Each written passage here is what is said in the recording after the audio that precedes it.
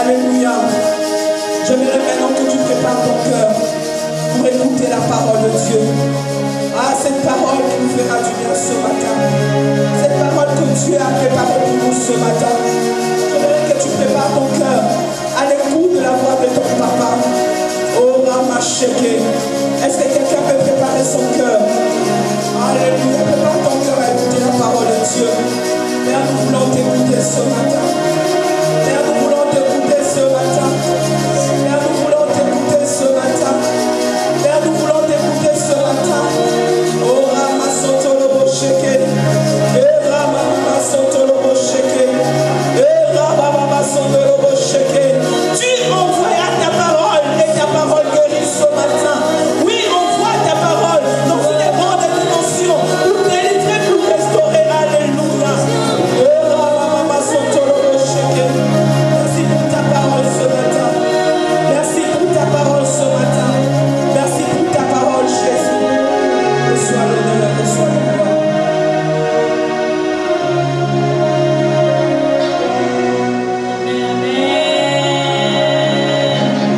Est-ce que tu peux acclamer pour le roi des rois? Jésus-Christ de Nazareth, le Dieu redoutable, le Dieu puissant devant qui tout genou fléchit, les principautés fléchissent, les autorités fléchissent, les géants fléchissent, les sorciers fléchissent, les esprits dans les airs fléchissent, les esprits sur terre fléchissent, les esprits dans les eaux fléchissent. Il est le seul et l'unique et le véritable, notre sauveur, les plus que vainqueur, le roi de rois, assis à la droite de Dieu. Il est là, il s'élève pour nous, il défend notre cause, il parle en notre faveur.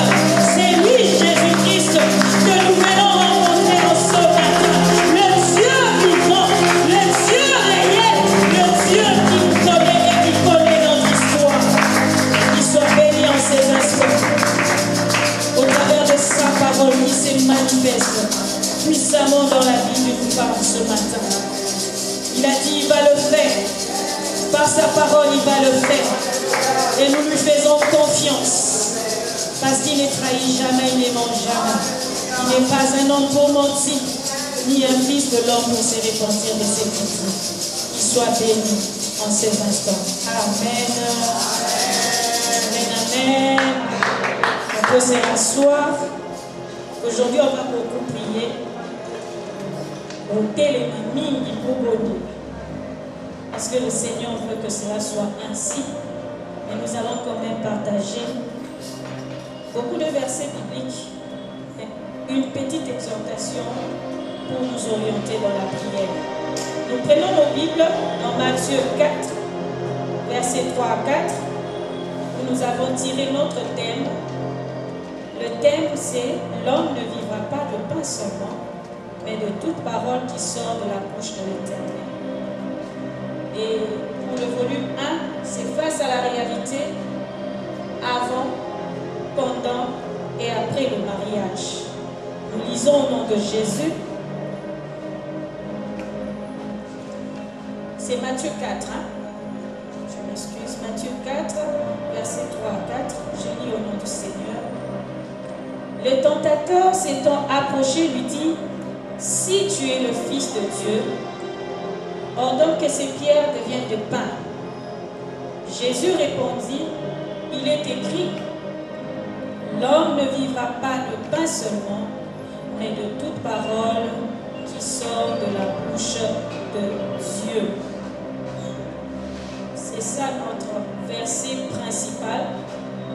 Il lui pose la question, si tu es le Fils de Dieu, ce qui vraiment parle à l'ensemble, ce qui vraiment semble, ce qui vraiment tous à l'ensemble, tu peux changer ces pierres qui deviennent de pain.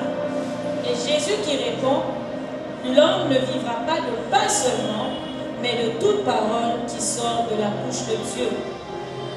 Et c'est de là que nous allons plus méditer, où on parle, ne vivra pas de pain seulement. Pourquoi Christ a dit, l'homme ne vivra pas de pain seulement? C'est quoi le pain? Le pain, c'est les besoins quotidiens. Le pain, c'est le besoin de chaque jour. Tout un chacun de nous a de besoins. Besoin de manger, besoin de se vêtir, besoin d'étudier, besoin de se marier, besoin de faire les affaires, besoin d'être dans la joie, besoin d'être dans la paix. Il y a tant de besoins. Besoin d'exceller dans la vie. Mais pourquoi c'est compliqué? Pourquoi c'est difficile? Et là, nous allons lire dans Genèse 3, le verset 19. C'est un verset que nous connaissons tous. Genèse 3, verset 19. Dieu dit, c'est à la sueur de ton visage que tu mangeras du pain jusqu'à ce que tu retournes dans la terre d'où tu as été pris, car tu es poussière et tu retourneras dans la poussière. C'est Dieu qui a voulu que ce soit ainsi, parce que l'homme avait désobéi. Tout était acquis pour l'homme. Dans les jardins d'Éden, tout était facile. Dans les jardins d'Éden, il dominait sur tout. Dans les jardins d'Éden, tout lui appartenait. Il devait juste prononcer un mot. Il donne un nom aux animaux. Il pouvait tout faire. Mais après qu'il ait péché, il a tout perdu. Et le Seigneur dit, tu mangeras la sueur de ton front. Quand le Seigneur a donné cette punition-là, le Saint-Esprit me dit, ce n'était pas pour faire souffrir l'homme. C'était pour rapprocher encore de plus en plus l'homme vers Dieu. Il voulait seulement que dans les difficultés, que l'homme avance encore, qu'il s'approche encore de lui, parce que c'est lui qui accorde le pain. Mais ce n'est pas ce que l'homme a fait. L'homme, dans son parcours, au lieu de chercher Dieu, l'homme a commencé à chercher des idoles. Il a commencé à chercher des statues. Il a commencé à chercher des animaux pour leur donner le pouvoir de Dieu afin qu'il leur accorde du pain. Ce qui est encore beaucoup plus bizarre, le peuple d'Israël qui connaissait les dieux puissants et réels, eux aussi sont tombés dans le même piège. Je peux comprendre pour les Assyriens, je peux comprendre pour les Égyptiens, mais pas pour les Israélites. Parce que eux au moins, ils ont vécu la main puissante de Dieu. Mais malgré ça, ils sont tombés dans les idoles. Et c'est là où nous sommes nous aussi. C'est là où nous sommes nous aussi. Dans Lamentation 5, verset 6, c'est Jérémie qui est en train de pleurer. Il est en train de pleurer pour Israël parce qu'ils vivent dans l'humiliation, ils vivent dans l'esclavage. Il dit ceci, nous avons tendu la main vers l'Égypte, vers la Syrie, pour nous rassasier de pain. En d'autres termes, nous nous sommes référés aux dieux étrangers pour pouvoir avoir du pain. Assurément, tu es en train de te poser des questions. Maman Bibiche, qu'est-ce que tu veux dire par là? Quand est-ce que je suis allée voir les Assyriens? Quand est-ce que je suis allée voir les Égyptiens? Quand est-ce que je suis tombée dans l'idolâtrie? Moi, je connais Jésus. Je connais Jésus-Christ de Nazareth. J'ai donné ma vie à Jésus. Je suis d'accord avec toi. Mais le problème vient de tes ascendants. Le problème ne vient pas de toi. Parce que dans cette recherche de pain quotidien, tu es en train de te retrouver dans des difficultés. Tu as comme si l'impression tu tournes à rond. Ou bien si tu avances, tu recules. Tu avances, tu recules. Pour avoir quelque chose, il faut vraiment lutter, se battre. Mais c'est quelle force comme ça qui retiennent mes bénédictions? C'est quelle chose comme ça, combien même je prie? Il y a des choses qui résistent. Il y a des choses qui ne changent pas. Et pourtant la parole nous dit, lorsque nous prions, lorsque nous demandons, nous devons voir. Croyez que vous l'avez reçu, on doit directement le recevoir. J'ai mis ma foi, je ne doute pas, je n'ai pas peur. Mais il y a comme si l'impression de choses qui sont freinées. Alors que j'étais en train de prier ici, j'ai vu l'image, je ne sais pas du mot qui est en français, mais Et et le Seigneur me dit qu'il est en train de le faire pour mon frère ce matin. Tu es la 4e génération de ta famille. Quand la première génération, est-ce que c'était un chrétien? Ceux qui sont chrétiens, ils sont il y a des chrétiens. Na quitté les sous la 2e génération, ils sont chrétiens. Na quitté les sous na barrière grand-père, ils sont chrétiens. Na quitté na chez nous, chez mes parents. Je suis née dans une famille de catholiques. Mais mon père, au-delà de cela, c'était un occultiste. Il était de la Rose-Croix. Mais je bénis Dieu. Parce qu'avant de mourir, il a rendu son âme à Jésus-Christ. Peut-être son âme a télémis, c'est parce que lui, il s'est converti. Parce qu'il est entré maintenant dans l'alliance avec Dieu. Et moi, j'étais dedans. Amen, amen. Mais les conséquences, ça reste. Les conséquences, ça reste. Quand il allait seul. Mais sa famille était là. Ce sont des alliances. On nous dit quand Abraham a donné à Melchisedec la dîme, qui était là-dedans? Lévi. Est-ce que Lévi était encore là? C'est pour dire que les alliances que nos pères ont fait, nos arrière-parents ont fait, nous impactent. C'est ça le fil que le Seigneur dit qu'il est en train de dénouer. Mais pour dénouer, il faut que tu le saches. D'où tu viens? C'est quoi ton histoire dans la maison de ton père? C'est quoi ton histoire dans la maison de ta mère? Là, j'ai parlé de notre maison. Dans notre maison, il y avait le fétiche. Bizarre, hein? Et pourtant, on allait à l'église chaque dimanche. Je le dis pour t'aider à comprendre, à réaliser que la réalité spirituelle, c'est ce qui te freine. C'est ce qui te complique. Ce n'est pas ton Dieu. Parce que les fois, on dit, Seigneur, pourquoi nous ont compliqué ma vie? Dieu t'est. Dieu en gagne. Le Seigneur a déjà libéré. Mais il y a des choses qui font que elles ont suspendu. Et comme a dit, que ça ne s'accomplisse pas. Pourquoi j'ai dit que c'est une maison de fétiche? Là, je parle de ma vie. J'étais encore bébé. Je ne savais rien. C'est une histoire que ma soeur m'a racontée sur moi-même. Prématuré. Et après quelques mois, ma mère a constaté que j'avais tout le temps peur. J'avais tout le temps peur. Elle raconte ça à ma grand-mère paternelle. La grand-mère emmène quelqu'un à la maison. Une femme. Cette femme-là, à Katanga Banjolo. Au-delà de ça, elle ne s'est pas arrêtée là. Azouane Zeta Foufou. Bambala. Et à chaque fois, ma soeur me disait, à chaque fois que tu passeras à une délivrance, parle de cela à ton cureur. Parce qu'elle avait compris, mais elle ne voulait pas me dire les détails. Et c'est comme ça que dans mon parcours, cherchant la délivrance, j'ai grandissé à chaque fois ces choses-là. Mais au début, quand on me l'a dit, je n'avais même pas compris l'impact de cela dans ma vie. Et Papa Louba, quand tu frappes un enfant, même avec des babouches, même avec le pilon, ou bien avec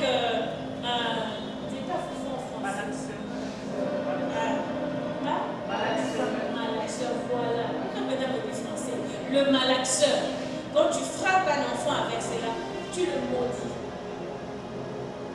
Tu es en train de le maudire. Donc, ce jour-là, alors que moi j'étais inconsciente, alors que moi j'étais innocente, ce jour-là, non seulement on m'a maudit, on m'a fait accéder dans l'alliance avec le monde de ténèbres. Parce que c'est quel pacte? Le sang là qui a été versé, c'est allé où? Vers Dieu. C'est cela l'histoire de ma maison. Et à chaque fois, plus je prie, le Seigneur ne cesse de donner les révélations sur un même fait. si petit, si banal que ça soit. Et il est très important, aujourd'hui, ce matin, que tu puisses essayer un peu de réaliser ton histoire. Quand tu es né, qu'est-ce qui s'est passé? Le Seigneur me disait, plusieurs aînés, les aînés, surtout les aînés. Qu'est-ce qui s'est passé? Qu'est-ce qui s'est passé? Moi, je suis jumelle. Qu'est-ce qui s'est passé? Tout part là. Tout part de là. On n'a rien fait. Mais qui a dit quoi? Qui a donné quoi comme argent quand tu es né? Parce qu'à l'époque, ils avaient dit, moi, on a vu sur la bonne tamien, moi, on a vu qu'est-ce qui s'est passé? Tout part de là. C'est à la recherche de pain quotidien que les hommes sont arrivés à ces pratiques-là. Des pratiques mystiques pour avoir de l'argent. Des pratiques mystiques pour gagner du pain. Des pratiques mystiques pour réussir. Et Christ répond pour dire, l'homme ne vivra pas de pain seul, mais de toute parole qui sort de ma bouche. De toute parole qui sort de ma bouche. Nous allons lire Ésaïe 45, verset 3.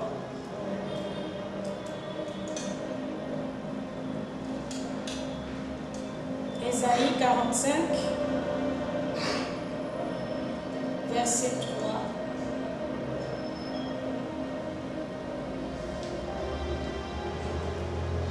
De toute parole qui sort de ma bouche.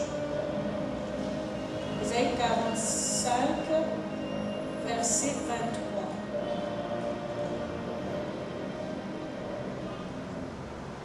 Je le jure par moi-même, la vérité sort de ma bouche et ma parole ne sera point révoquée. Alléluia. Ce que Dieu dit sur ta vie ne sera point révoqué.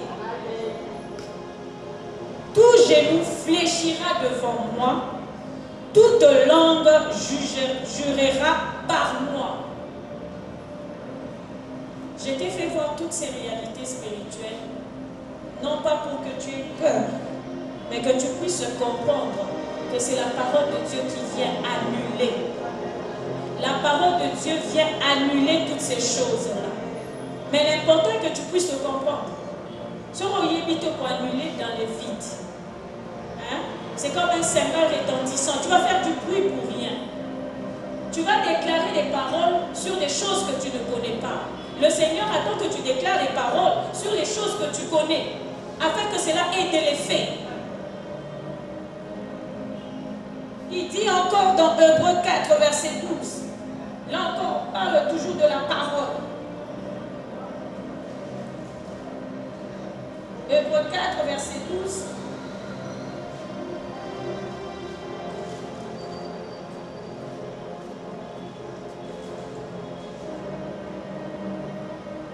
Car la parole de Dieu est vivante et efficace.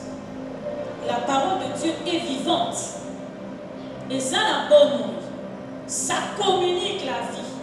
Quand on le déclare, elle est puissante et efficace.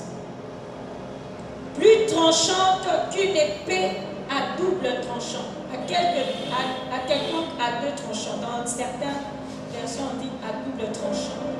Donc la parole de Dieu, elle est puissante. Elle est comme une épée. Et il y a des hommes pas là. Amen. Ils ont pas là. Oh, ils ont carapace, ils ont pas là. Oh, ils bouca na kate, ils ont bouca.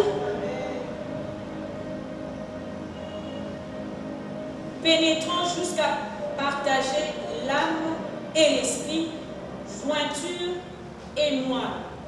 L'âme et l'esprit, par la parole. Et je la parole. Oui, c'est esprit à ma paix. Oui, c'est à mon zambété. La parole de Dieu vient séparer ces choses. Vient ôter ces choses. Comme jointure et moelle. Moelle et pinière, il y a os. Ça vient séparer. Elle juge les sentiments et les pensées du cœur. Quand la parole de Dieu sort, tu te regardes dans ton cœur. Quand j'exhorte, tu te regardes dans ton cœur.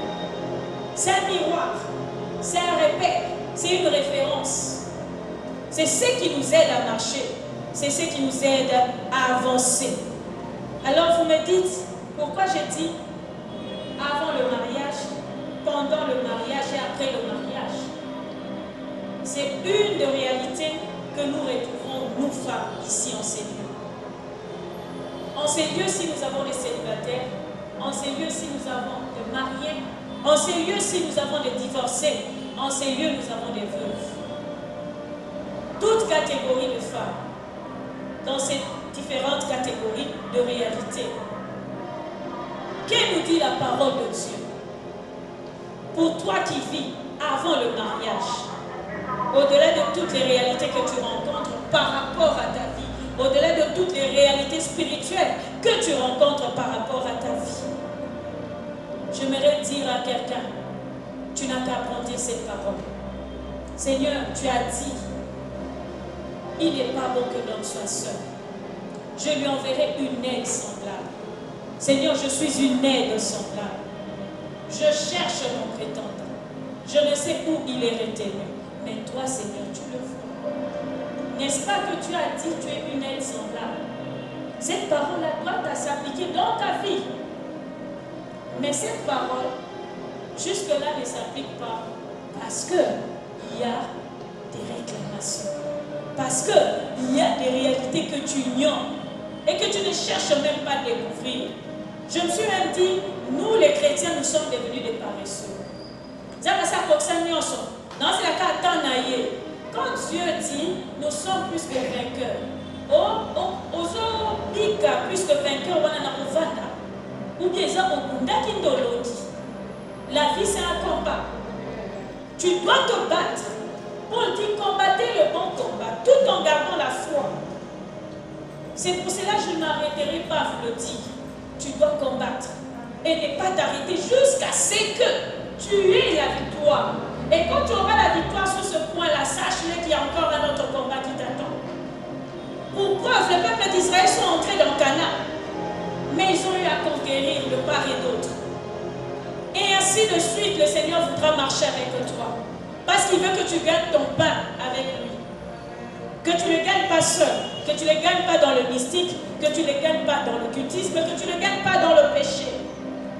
Regardons aujourd'hui l'homosexualité, le lesbianisme, juste pour avoir du travail. Des pactes et des alliances dans des confréries, juste avoir du travail. Le Seigneur nous attend de son côté. Nous sommes dans le mariage. Je suis dans le mariage. Et il y a beaucoup de réalités. Beaucoup de réalités. Beaucoup de pleurs. Beaucoup de complications. Beaucoup d'humiliations. Beaucoup de conflits. C'est un autre monde. Tant que nous avons quotidien aux appels, c'est ça qui t'a je t'attends. Et je serai très contente de te voir te marier. Mais il faut être forte. Il faut être mature. Vous avez école Yamikolo. La cour des grands. Parce que là, l'ennemi n'aime pas ça. Il n'aime pas l'unité. Il n'aime pas que les gens soient dans la joie. Et vous êtes à deux. Christ est au milieu. Mais il n'aime pas voir ça. Et il change de stratégie. Aujourd'hui, il vient avec ça. Demain, il vient avec autre chose. Il y a de ces femmes qui pleurent à chaque fois. Leur mari ne leur donne pas de l'argent. Pas payer bon. Mais pas un. Comment est-ce qu'il peut avoir ces cœurs-là, Dieu, il y a coupé sa tête? Il y a un problème. C'est spirituel tout ça. Le mari a tout. On lui offre tout. La femme fait tout. Oui, ça va. La bonne femme. La femme vertueuse est là, mais lui va ailleurs. Pourquoi? Qu'est-ce qui se passe? Je sais que l'homme a l'instinct animal. Il n'est pas comme une femme. Oui. Mais lorsqu'on vient en Jésus-Christ, on est transformé. Jésus-Christ te transforme à cet état d'animal. Regardez, il y en a combien qui sont fidèles. Moi, j'ai dit sur 100%, 98 sont infidèles. 2% sont fidèles. Combien sont fidèles?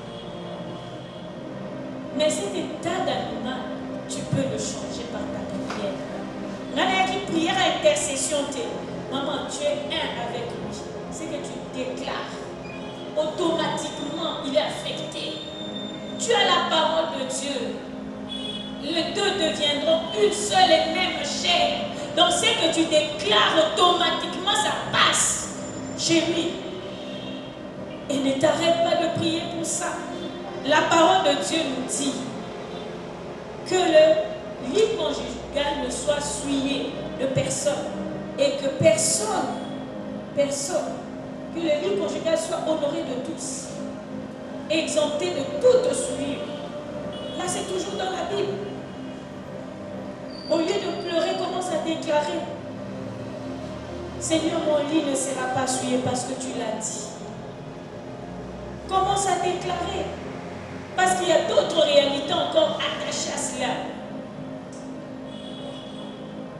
Les phénomènes mari-femme de nuit, ça embrouille les situations. Même avant le mariage. Tu es marié de l'autre côté. Tu as des mariages nocturnes. Mais lui ne te veut pas dans le mariage. Autant qu'on l'aura dans la table, et ça l'a raté. C'est comme si on ne te voit pas. À ça, là, ça on voit le temps de la rana. Toi, tu te vois belle. Dans le miroir, tu te vois belle. Mais les gens te voient autrement.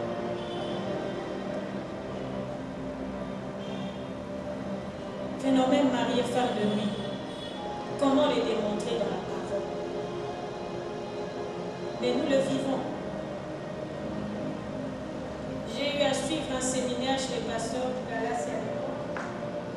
J'étais encore en G1. Lorsqu'il a prêché ce jour-là, je suis rentrée. Il a prié pour nous.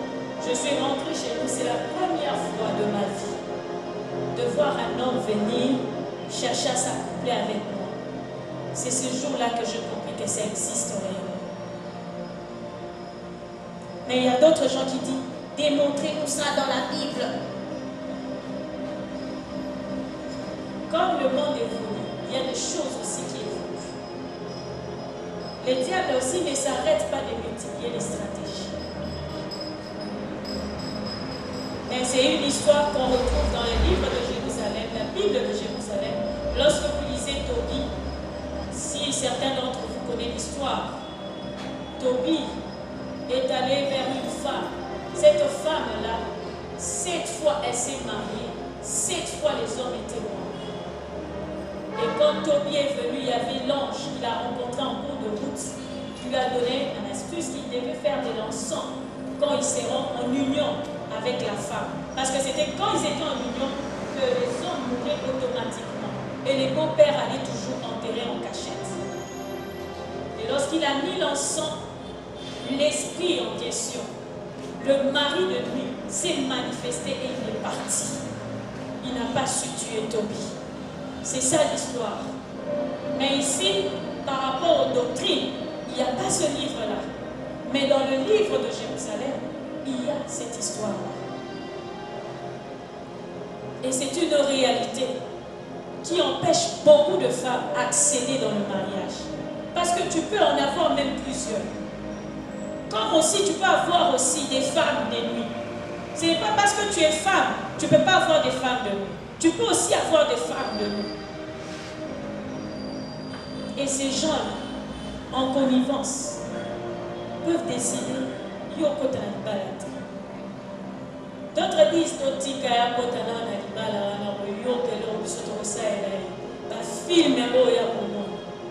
effectivement, tu entres dans le mariage, l'homme qui t'aimait tellement, l'homme qui te craquait tellement, il te considère à un point où tu te poses la question, est-ce que c'est vraiment moi? Il te minimise à un point où tu te dis, est-ce que c'est vraiment moi? Ce n'est pas lui. Parce que le mari de nuit, il t'a laissé entrer. Il va maintenant de l'autre côté pour te dégoûter. Pour que tu te fatigues. D'autres disent, je leur laisse une année. Après une année, je tue son mari. Ou après 5 ans.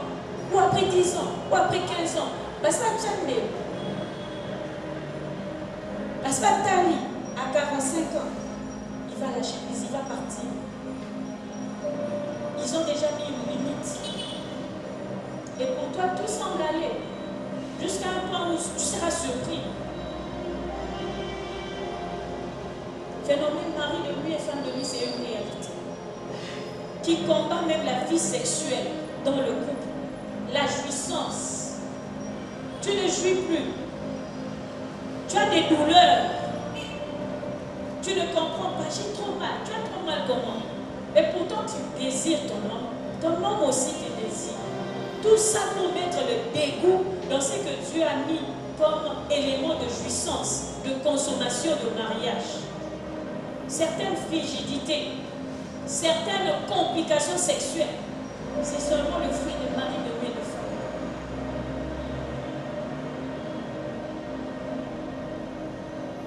Ils détruisent le couple.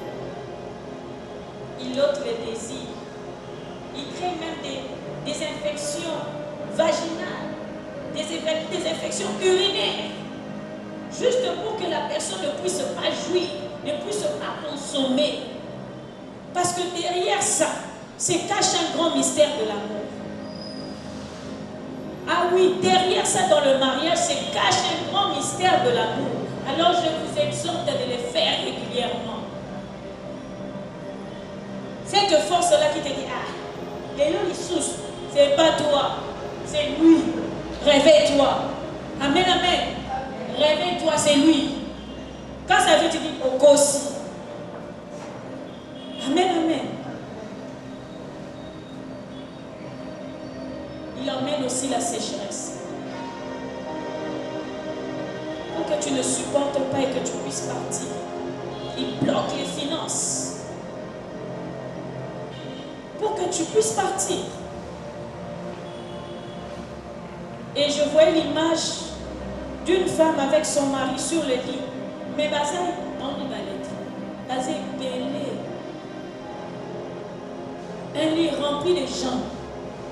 Et toi, tu te réveilles le matin. Nous autres passe. Nous comprenons. Maintenant, la nuit, nous autres passe. Bon, la nuit, combien? Vous étiez, si c'est à 5, si c'est avec 2 femmes, avec 3 hommes, tout s'est fait seulement sur le lit conjugal. Le diable est méchant. Il nous veut être maintenus dans l'ignorance pour qu'il nous perde davantage. Et le matin, je veux prier, Seigneur, passe à Kwekwane. Et nous la bateau. Le loup là, on passe. Le bikouna là, on va coller l'engi. Et ça, il y a un monde comme la janda. C'était le mercredi, j'ai beaucoup pleuré quand j'ai prié. J'ai beaucoup pleuré parce que les images que le Seigneur me montrait étaient tellement fortes. Je voyais même des serpents, maman Péro, sur le lit. La femme et l'homme sont là et le serpent est bien là au milieu. Il s'accouple avec eux. Ce sont des réalités spirituelles. Et il avale la maternité. J'ai beaucoup pleuré. J'ai pris que le Saint-Esprit, comme Maman l'a dit, ouvre les yeux spirituels de quelqu'un. Le Saint-Esprit est en train d'ouvrir les yeux de quelqu'un. Sachez-le que le Saint-Esprit commence toujours par un élément. Et avec le temps, tu vas évoluer. Tu auras encore à voir beaucoup de choses. Et ainsi de suite, tu auras la victoire. C'est ça, être plus que vainqueur. Ne t'arrête pas là. Parce que tu as vu un, tu t'arrêtes là. Tu as un, tu pries pour ça. Le Seigneur va te montrer que le un là, on l'a a deux. Ti au kokoma. C'est comme les jeux des enfants. Je suis maintenant au 2e niveau. Je suis maintenant au 3e niveau. Jusqu'au 10e. Jusqu'à la victoire totale. C'est là où Dieu nous attend. Il me dit, avec de telles choses, il y a certaines femmes qui n'ont pas compris. Parce qu'elles sont victimes de ça. Le diable avait déjà tout planifié pour te faire pleurer et que tu puisses sortir de ton mariage. Tu n'es pas une condamnée. Tu n'es pas une condamnée. Toi qui es divorcée, tu n'es pas une condamnée. Il faut enlever cela dans ta tête. Le Seigneur a voulu que tu puisses passer par là. Il a voulu que tu puisses échouer là. Pour qu'après il puisse te donner la gloire. Pour qu'après il puisse te restaurer. Ton histoire est en premier dans ta famille. Pour qu'après toi, les autres ne passent pas par là. Il est le Dieu qui restaure. Et aujourd'hui, si tu comprends la source de ces problèmes-là sur le plan spirituel, tu as déjà la victoire. C'est ça la clé. Comprendre le pourquoi de cette chose. Quand je saisis, j'applique la parole de Dieu, je vis ma victoire. Je vis ma restauration. Je vis la stabilité. Et j'annonce à une divorcée que tu vas te marier. Tu calcules l'âge. Tu vas te marier. Un mariage de gloire. Un mariage de luxe. Un mariage où tu t'attends le mois. Dieu est fidèle. Applique seulement la parole. Tu avais demandé, maintenant entre dans le combat. Commence à appliquer la parole parce que le Seigneur t'a montré la source. Même s'il ne t'a pas tout montré, il y a une partie qui t'a révélé. Et c'est lui-là même qui tue le mari. Vous n'avez pas remarqué ces derniers temps, de jeunes couples, à 24 ans elle est veuve, à 25 ans elle est veuve, à 26 ans elle est veuve. Moi je connais une femme, à l'époque elle avait 28 ans, elle est devenue veuve à 28 ans. L'enfant avait 10 mois, je crois, la maman de Gad. Elle avait 10 mois. Le mari est décédé comme ça. Il n'a jamais manifesté une maladie quelconque. Tout est venu comme ça. Leucémie. Papa, un mois après, il est mort. Comme ça. Elle est restée veuve pendant 10 ans, je crois. Mais maintenant, elle s'est réveillée. Un bon mariage. Dieu restaure. Dieu restaure. Et le mari était sorti tout bonnement, il ne rentre pas. Il m'a appelé, il était à l'hôpital et après quelques temps, il m'a dit, il est mort. Et ça va attendre que vous avez eu à tenter ceci, cela, ça n'a pas marché. Des morts subites. Veuve à l'âge de 25 ans, veuve à l'âge de 30 ans, veuve. Le mari qui décède à 32 ans, 31 ans. C'est pas normal. Ce ne sont pas des coïncidences. Ce sont les effets des mariés fameux. Des stérilités, des fausses couches. C'est le phénomène marié fameux. Il ne faut pas l'ignorer. Il faut prier. S'il faut arracher, il faut arracher. S'il faut détruire, il faut détruire. Et les gens me posent souvent la question, quand tu dis mari de nuit, femme de nuit, c'est dans quel monde? Moi je pose plus la question, c'est dans quel monde? C'est dans le royaume de Dieu ou bien dans le royaume des ténèbres? C'est dans le royaume des ténèbres. Mais nous prions. C'est la sorcellerie inconsciente. Et il faut sortir de là. Nous allons nous lever, nous allons prier. Aujourd'hui, nous sommes venus pour prier. J'aimerais que tu te lèves et que tu pries. Si tu vas te déplacer, tu te déplaces. Bien souvent, quand nous demandons pardon à Dieu, nous sommes limités par les mots. J'aimerais que tu puisses prier vraiment, que tu fasses un temps de repentance. Réponds-toi par rapport à toi-même, par rapport à tes fautes, par rapport à tes erreurs, mais aussi entre dans la maison de ton Père et de ta Mère. Commence aussi à consulter et à voir qu'est-ce qui a été fait. Qu'est-ce qui a été fait? Le Seigneur est allé plus loin pour me montrer l'image de Moïse. Dans Jude 1, verset 9, on nous dit Satan a réclamé le corps de Moïse. Moïse était un serviteur de Dieu. Comment est-ce qu'il peut venir réclamer? Qu'est-ce que Satan avait de lui pour que lui vienne réclamer? Et le Seigneur me dit, n'est-ce pas David dit, j'ai été conçu dans l'iniquité, dans le péché. Mais au-delà de cela, où est-ce que Moïse a grandi?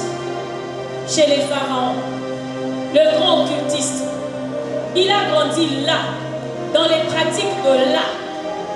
Et il a aussi pratiqué ce qui était fait dans la maison de Pharaon. Regarde dans les maisons par lesquelles tu es passé. Qu'est-ce qui a été fait? Parce que partout où tu passes, toutes ces maisons-là ont leur réalité, ont leur atmosphère spirituelle. Et quand tu y allais pour dormir, ne fût-ce que pour un jour, 2, 3, un mois, 2 mois, qu'est-ce qui t'a été pris? Qu'est-ce qui a été changé? Parce que toi-même, tu es issu de l'alliance qui n'est pas de Dieu. Alors quand tu vas dans notre maison, facilement, ils ont aussi accès. Et je voyais comment est-ce qu'on venait voler les étoiles. Yo yeba qui tokene nanka. Chez ton oncle, au Lali, 2, 3 jours, tu es rentré. Mais la nuit, ce qui s'est passé, tu ignores ces choses. Alors prie. Prends le temps de prier, de demander la miséricorde de Dieu par rapport à ces choses. Tu connais mieux ta réalité que moi. J'ai juste donné les exemples pour nous aider à comprendre. Commence à prier. Dis Seigneur, aie pitié de moi. Aie pitié de moi parce que moi-même d'abord j'ai péché. J'ai ouvert beaucoup de portes par mes péchés, par mon comportement. J'ai ouvert les portes par mon comportement. J'ai péché dans mes paroles. J'ai péché dans mes pensées. Et Christ dit à Pierre, arrière de moi Satan, ces pensées ne sont pas les pensées de Dieu. Et pourtant Pierre marchait avec Jésus. Et pourtant Pierre marchait avec Jésus. Quelles sont les pensées qui te montent à l'esprit? Quelles sont les pensées qui te montent à l'esprit? Est-ce que ce sont les pensées de Dieu ou les pensées des hommes? J'ai péché, Seigneur, oui. Dans mes pensées, j'ai péché des préjugés, des mauvaises interprétations. J'ai péché.